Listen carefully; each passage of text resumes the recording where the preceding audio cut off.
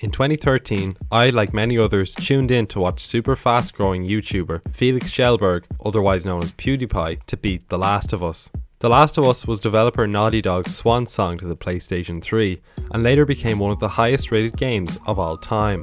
PewDiePie's playthrough was a roller coaster of emotion, from the dramatic opening to the climactic end. Felix had viewers engaged from the get-go and will later become one of his most successful series. This eventually will push him up to the #1 spot on the platform, making him the king of YouTube, a title he still holds to this day. I don't get excited for games very often, and I've been extremely excited for this one. I've literally been counting the days. I don't know, I want to play games that, touches you inappropriately, and since this is supposed to be one of those games and it's horror themed, I thought this could be perfect. However, 7 years on, after 100 million subscribers, raising millions of dollars for charity, and in between one or two controversies with the media, which we won't talk too much about, PewDiePie returns to the world of The Last of Us to finish what was once started. We as his audience have watched the highs and lows of this man's YouTube journey, and to see him come back to the characters of Joel and Ellie once more in 2020 was a little more than surreal. Nonetheless, not all was as simple and bittersweet as just that, and Felix recently had taken a 2-day break from streaming the game. So the question is, why is this?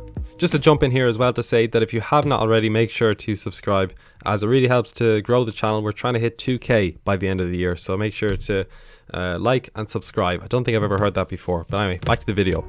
So you see, The Last of Us 2 has been plagued with controversy for the past month. We as fans of the game going into this playthrough are more than aware of the polarizing story rumours which have been circulating. However, Kjellberg has proclaimed from the get-go that he's no idea about any of the speculation, and even goes as far to say that he doesn't understand all the hate for controversial character Abby, or as he refers to her, Debbie. I think Debbie isn't that bad of a character. I don't know why everyone hates her so much. At least it's something different.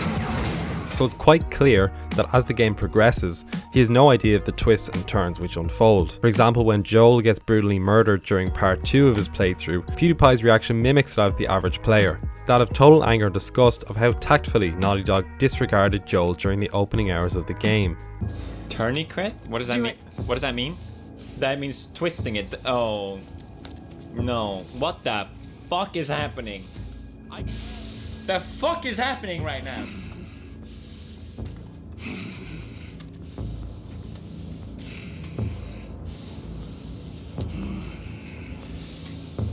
Stupid old man. You don't get to rush this. Ah! Jesus Christ! There's even a visible mixture of confusion and anger in PewDiePie's face over this early choice, and viewers are able to watch him slowly come to terms with the consequences of Joel's death. Why am I so butthurt? This is like, it happened right away. We barely gotten started on the game and they just killed Joel? Why? Why? Couldn't they have waited at least if they wanted to kill off the character? I made you a sandwich. Sorry about your dead dad.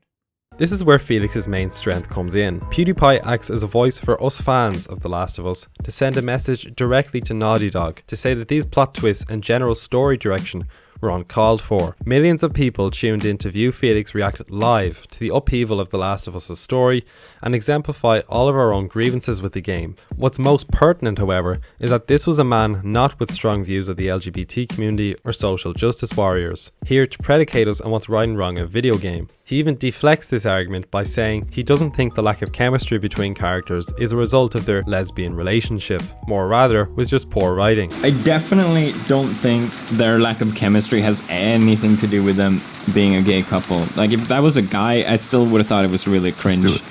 Calling each other babe after your map showed the aquarium along the shore. Smoking weed and having sex. Like, I don't know. It's just... Yeah. It's just not... I don't know why. Does anyone speak that ain't in it. this city? So in this sense, he really comes off as just the normal guy playing through the sequel to a story that he was a fan of and is upset, like we are, by how the developers treated his characters. So in this way, the worldwide popular YouTuber acts as an advocate for us fans in standing against the injustice which was given to the characters of the game, whether it be the death of Eugene or the horse he dubbed Jurgen.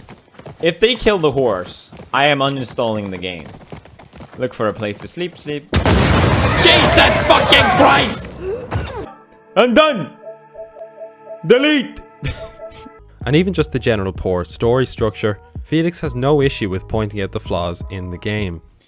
I read some other valid comments about killing off the main character, and someone said, oh, in movies, sequels, they always do that. They kill off the main character to make a sequel. They did it in Godfather or something like that.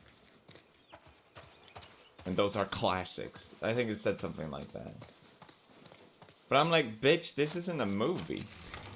We waited 7 years for this game. There was expectations. And the whole dynamic of the game just get changed. It becomes like, oh, I guess that happened. I hope in 10 hours or something the game gets good now. Throughout the course of the 25-hour journey, we are seeing PewDiePie's live reactions unfold and how he gradually begins to take the game less and less seriously. Even during one of the more unsettling parts of the game, where we see hanging bodies coming down from the ceiling, he's no issue with making a quick Logan Paul joke. Logan Paul gang. This just happened. You think they're still here? Oh I no. hope not. Who are these guys? Someone else the WLF. They're fucked with. YouTubers. Well, they seem fucking deranged. Yeah, I know, they're fucking crazy.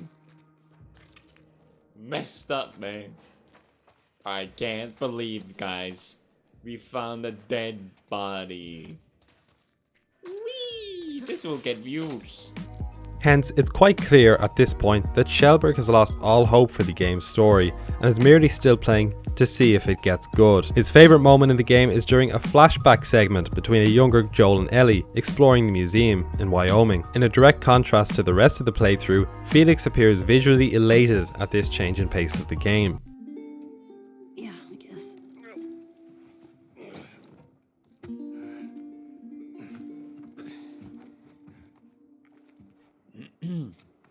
That was the nicest moment so far in the game.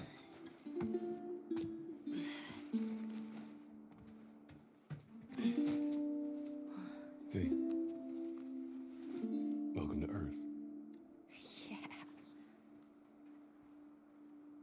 So in general, what am I trying to say here? PewDiePie's playthrough has exemplified many of the core issues of the game, and the huge platform and audience that Felix has built up for himself acts as a voice for us as fans of The Last of Us, much like he is. Most importantly, PewDiePie's reaction highlights that of the everyman, the average gamer, as they watch Naughty Dog destroy a franchise that was once so beloved. Now, is that to say the game is a total disaster? Absolutely not. It clearly is a beautifully well put together game with some strong philosophy behind it. The visuals are amazing, the music is fantastic, so it's very hard to rate this game poorly, as the 3.2 Metacritic score suggests, when all other factors of the game flow together so perfectly. But when it comes to the story, PewDiePie's reaction is perfect. It backs up everything the fans have been saying about the game, that while it is stoic and important, also simultaneously declaring that this was not the sequel that we wanted, and certainly not the ending the characters of the original deserved. It's such a polarizing game, and it's God, I hate it so much. Not the game at this point. I just hate how people are just losing their mind over this game. Either people are defending it to death, like, no, you just hate it because you hate women, or if you like it, then there's something wrong with you. It's like, who cares? I think there's so much politics around it, and I haven't seen anyone really discuss it properly, but I need to finish the game first. I might do it afterwards, because I think the politics has a lot of decisions on what drove the story in terms of personal decisions, but I can only speculate. And in that sense, I think that's the difference. While Naughty Dog can view the Metacritic user reviews and see that some of them are legit, but most of them are blinded by kind of I didn't want lesbians in this game or whatever, which in my opinion really it just reflects badly. So Naughty Dog can use that argument of, oh well, they just didn't like the game because they're against feminism. It's like, no, they didn't like the game because the story was shit. And what I'm saying is that PewDiePie inadvertently, he doesn't obviously mean this, but he's using his platform to send a direct message to Naughty Dog, because you're naive in thinking that Naughty Dog won't see PewDiePie playing it and view the clips online of how he reacts to certain beats. And I hope they take note, because it's clearly one of the most talented game developers, AAA game developers in the world. And hopefully they just take clear notes about what not to do with a possible Last of Us 3 or a new IP. And also, on a side note, treat your staff better. let's not have any leaks next time. Anyway, that's been today's video. It's a bit of a rant, I know.